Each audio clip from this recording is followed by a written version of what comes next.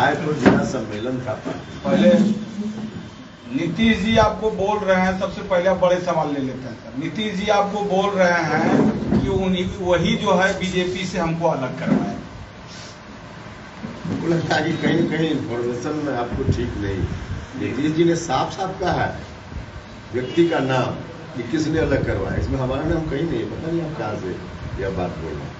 नीतीश जी ने साफ साफ कहा है और पब्लिक डोमेन में यह बात कही है कि पार्टी के राष्ट्रीय अध्यक्ष ललन सिंह जी और पार्टी के वरिष्ठ नेता माननीय मंत्री विजेंद्र यादव जी ने उनको अलग करा दिया। उनका ऑफिशियल स्टेटमेंट है, उसमें फिर मेरा नाम कहाँ से।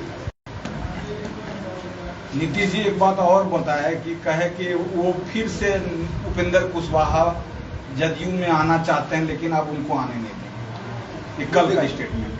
कल का स्टेटमेंट पता नहीं, ऐसा स्टेटमेंट हमें देखा। हाँ, वो बोल रहे हैं कि फिर से आना चाहते हैं, लेकिन आप फिर से आने नहीं देंगे। वही जो है बीजेपी का स्टेटमेंट है। बीजेपी से वाली बात हम बता दिए कि ऑफिशियल उनका स्टेटमेंट है। दूसरा जो पक्ष आपका है, कल के किसी स्टेटमेंट की बात आप कर रहे हैं, मुझको नहीं मालूम, देखेंगे। लेकिन अब नीतीश जी हमको लगता है जिस कारण से भी हो, अब चीजों को भूलने लगे तो नाम किसी और का करना चाहिए होगा और उसकी जगह शायद मेरा नाम कर दिया, यही हुआ होगा। बाकी और इसमें चंद्रयान की सफल लैंडिंग पर नीतीश कुमार को यह खबर नहीं थी, बगल में अशोक चौधरी से पूछते हुए नजर आ रहे थे। तो इस चीज को कैसे देखते हैं उपेंद्र कुशवाहा? देखिए, अब नीतीश जी की यह जो स्थिति है, जो आप बता रहे हैं कि उनको खबर नहीं, और फिर आपका भी जो सवाल था, इस सवाल के पीछे जो उनकी स्थिति है, उनकी जो मना स्थिति है, इस स्थिति को देखकर हमको तो दया का भाव आता है उनको। अब कुछ भी बोले, हमारे खिलाफ बोले या पक्ष में बोले, वो एक अलग विषय है। लेकिन चीजों को जिस रूप में व्याख्या करते हैं, या फिर कई बार ऐसा लगता है कि बोलना कुछ बोल देते हैं कुछ, वैसी स्थिति बन गई है उनकी, और ऐसी स्थिति उन्होंने खुद ही बना ली है। अब आरजेडी के लोगों के साथ जिस रूप में चल रहे हैं, स्वाभाविक रूप से रात में सोचते होंगे नीतीश जी कभी, तो उनको लगता होगा कि हमने क्या कर लिया, और घबराहट में इस तरह का बयान दे देते हैं। अब बताइए, पूरा देश चंद्रयान 3 के सॉफ्ट लैंडिंग पर खुशी मना रहा हो और उनको पता ही नहीं कि क्या है। अब इससे ज्यादा दुर्भाग्य की बात क्या हो सकती है? तो क्या लगता है, उम्र का तगाजा है या फिर याददाश्त उनका कमजोर हो रहा है? नहीं, देखिए, यह तो कोई डॉक्टर बता पाएगा, ये हमारा विषय नहीं है। हम आप कैसे बता देंगे किसी व्यक्ति के बारे में इस तरह की बात। लेकिन इसका एक बड़ा कारण जो हमको दिखता है, और कारण भी हो सकता है, आरजेडी के लोगों ने इनके ऊपर जिस रूप में प्रेशर किया है, और जो इनकी आकांक्षा अपेक्षा थी कि जाएंगे महागठबंधन में तो हमारी आकांक्षा पूरी होगी, अब उसमें कहीं कुछ रास्ता ही उनको नहीं दिख रहा है। तो इस घबराहट, एक कारण यह भी हो सकता है घबराहट में ऐसी बात बोल रहे हो, या ऐसी उनकी मानसिक स्थिति हो गई है। आप एक तरफ कह रहे हैं कि वो लालू यादव के साथ गए, आरजेडी के साथ गए, तो उनको रात में सपना आता हुआ, और दूसरी तरफ वो कह रहे हैं कि केंद्र वाले लोग लालू यादव को जबरन फंसा रहे हैं। जब भी उन्होंने ऐसा कहा कि जबरन फंसा रहे हैं, उसी वक्त या जब भी आप लोगों को मौका मिले उनसे पूछिएगा कि चारा घोटाला की जांच सीबीआई करे, इस बात को लेकर कोर्ट कौन गया था शुरुआत में? जो लोग आज लालू जी और नीतीश जी के आसपास हैं, वही लोग कोर्ट गए थे। इसमें जनता दल यूनाइटेड के राष्ट्रीय अध्यक्ष आज के ललन सिंह जी, उसमें शिवानंद तिवारी जी, बीर सिंह पटेल साहब जो वहीं के साथ हैं, यही लोग मिलकर कोर्ट में गए थे, हाई कोर्ट में, यह कहने कि इस मामले की जांच सीबीआई से करा दी थी। तो नींव डालने वाले तो यही लोग हैं, और अब नीतीश जी कह रहे हैं कि बेचारे को फंसाया गया है। अगर नीतीश जी को इतने दिनों के बाद लग रहा हो कि गलती हो गई, तो नीतीश जी बिहार की जनता के सामने यही कह दे, उस वक्त जो हमने चारा घोटाला का आरोप लगाया था, हमारी भूल थी, उसके लिए हम माफी मांगते हैं। लालू जी इसमें दोषी नहीं है, लालू जी पूरे तौर पर साफ सुथरा है, यही बोल दें। लेकिन अब तो बोलेंगे भी क्या? अब तो कई जगह न्यायालय से सजा उनकी साबित है, अपराध साबित है, सजा भी उनको मिल गई है, सजा भुगत भी रहे हैं।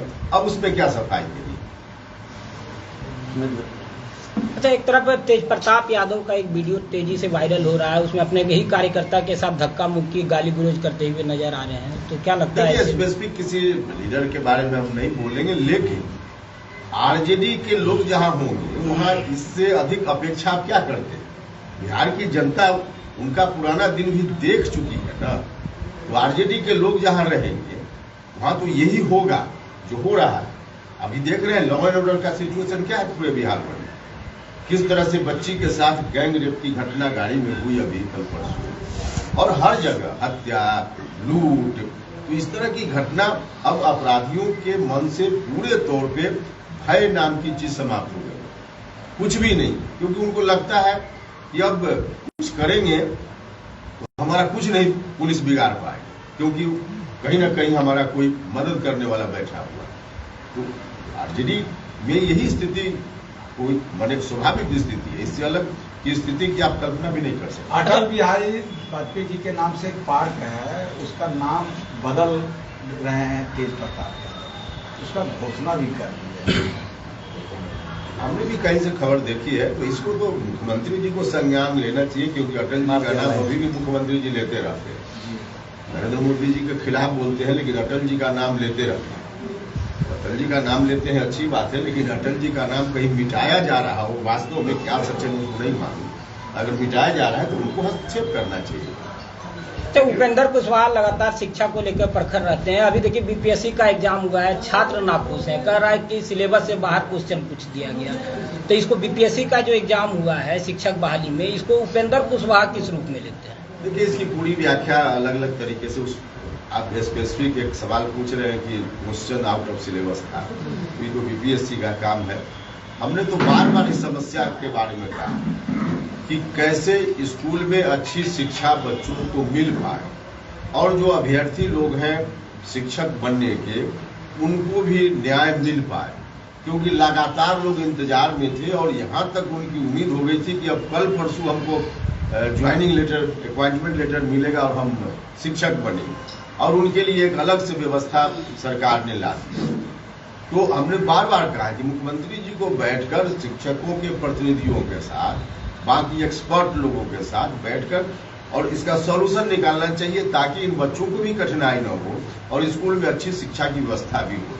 तो यह तो एक मुकम्मल और इस तरह का इंतजाम है, इसमें मुख्यमंत्री जी को पहल करके करना चाहिए। उपेंद्र कुशवाहा के बड़े भाई नीतीश कुमार जी को एक बार आप एनडीए गठबंधन में शामिल हो चुके हैं, अब सीटों के बंटवारा को लेकर के लोकसभा चुनाव भी नजदीक है, तो क्या बातचीत हो रही है? हाँ, बातचीत स्पेसिफिक इस विषय पर नहीं हुई है, लेकिन बातचीत तो होती रहती है। एनडीए के में हम शामिल हो गए हैं, यह बात बिल्कुल सच है, लेकिन सीटों के बारे में कितनी सीट, कौन कौन सीट, इस पर अभी फाइनल बात नहीं हुई। फाइनल बात होगी फिर हम बताएंगे। प्रधानमंत्री नरेंद्र मोदी को एज ए प्राइम मिनिस्टर किस रूप में देखते हैं और कितना सफल मानते हैं? पूरी दुनिया अभी तो जो एक ही जो अभी का उदाहरण ले लीजिए, उसके अतिरिक्त बहुत सारा काम किया है इन्होंने। चंद्रयान पर भारत पहुंच गया, कितना गौरव की बात है सबके लिए। तो उस रूप में अब तो नरेंद्र मोदी जी का कद इतना बड़ा कद हो गया है कि क्या उनके बारे में अभी तो कोई विकल्प ही नहीं है उनका। 2024 में तो नरेंद्र मोदी जी आएंगे ही, अभी कोई विकल्प नहीं। जैसे कई राजनीतिक विश्लेषक अनुमान लगा रहे हैं कि इंडिया जो गठबंधन बना है उससे बिहार में जो है एनडीए को घाटा होगा, सीट में कमी आएगी, क्या लगता है? तो अनुमान लगाना अलग चीज है, अनुमान कोई और लगा रहा है, अनुमान आप भी लगा सकते हैं, अनुमान हम भी लगा सकते हैं। अनुमान को सच नहीं न माना जा सकता है, जब रिजल्ट आएगा देखिएगा। और जहाँ तक अनुमान की बात है, 2019 में जो चुनाव हुआ लोकसभा का, उसके साल डेढ़ साल पहले लग रहा था कि इस रूप में एनडीए फिर से आ जाएगा या बिहार में 40 में 39 सीट एनडीए जीत जाएगा। साल डेढ़ साल पहले बिल्कुल नहीं लग रहा, लेकिन धीरे धीरे जब समय नजदीक आया, जनता जब वोट गिराने जाती है ना, तो नरेंद्र मोदी जी का जो काम है, उनका जो कद है और बाकी विपक्ष में जो लोग हैं, दोनों के बीच कल्पना लोग करते हैं, तो फिर हाथ सीधे नरेंद्र मोदी जी के चुनाव चिन्ह की ओर जाता है। यही होगा इस बार। इंडिया वर्सेज इंडिया, अब कहा जा रहा है कि मुंबई में जो बैठक होने वाली है उसमें संयोजक पर बातें हो सकती है और नीतीश कुमार को संयोजक बनाया जा सकता है, इस तरह की खबरें निकल कर आ रही है। तो क्या लगता है कि संयोजक तय हो जाएंगे नीतीश हम कुमार? कैसे बता दें कि संयोजक वो लोग किसको बनाएंगे, ये हमारा विषय नहीं है।